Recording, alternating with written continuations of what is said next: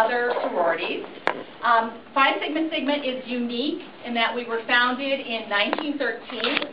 I better remember the date. November 26th. November 26, 1913, and you know, as I look around the room and see all of you, I really think a lot about our founders. In 1913, not too many women were going to college at that time, and we had a group of women, our 10 founders, happened to be friends who wanted to be in the same sorority together. But because of the recruitment practices of the day, they could not. And so they decided, well, you know what, we really want to have a common sense of purpose, even though we are from different backgrounds and different religious faiths. So they began their own sorority and called it Phi Sigma Sigma. And of course, at that time, they were just starting a little sorority there at Hunter College, having no idea that it would ultimately grow, as it did, over time. And right now, we're very close to about 110 chapters, active chapters across the United States and Canada. And again, we were founded on what's known as a non-sectarian sorority, which means that it's not religious-based. All are welcome. We also, one of our tenets is local autonomy with respect to membership selection. So we empower our collegians to pick their new members. So that's something that we don't have a recommendation system like some other organizations do.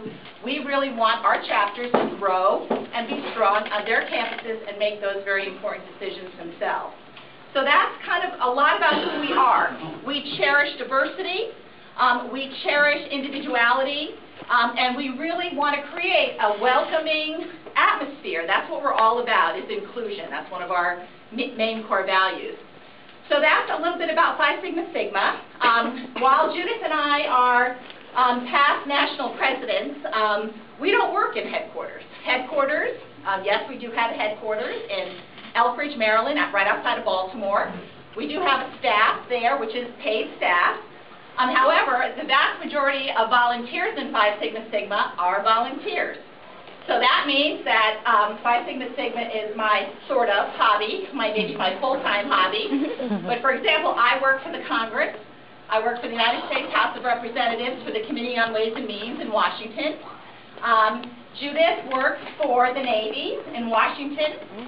So we have other full-time jobs and careers that we volunteer for, but we choose to stay active in Phi Sigma Sigma because once a Phi Sigma Sigma, always a Phi Sigma Sigma. That's right. And essentially, you know, we're living proof to show you that, you know, your college days are just your first step of membership. After you graduate, we hope that you'll stay active, like Carolyn, Tracy, and us.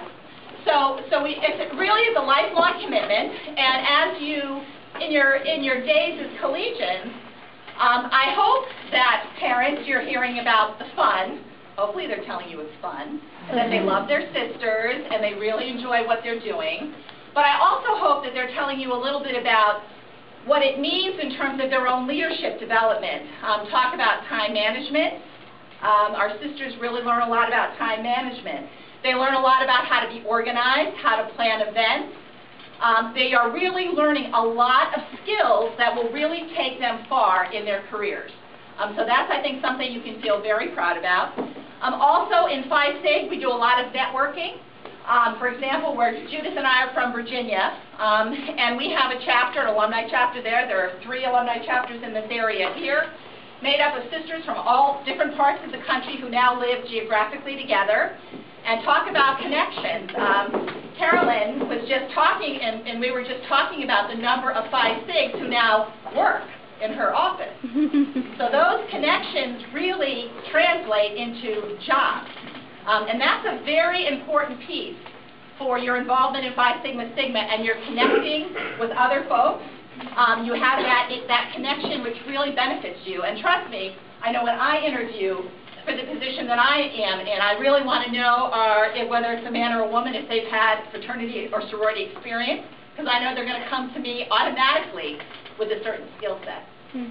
So it's very exciting, and of course, if they're a Phi Sigma Sigma, well, we want to make sure we interview them very closely. So it absolutely, it really does pay off tenfold. The other thing about that kind of inclusiveness piece that we work very hard on is essentially all about our new members. We do not call our new members pledges.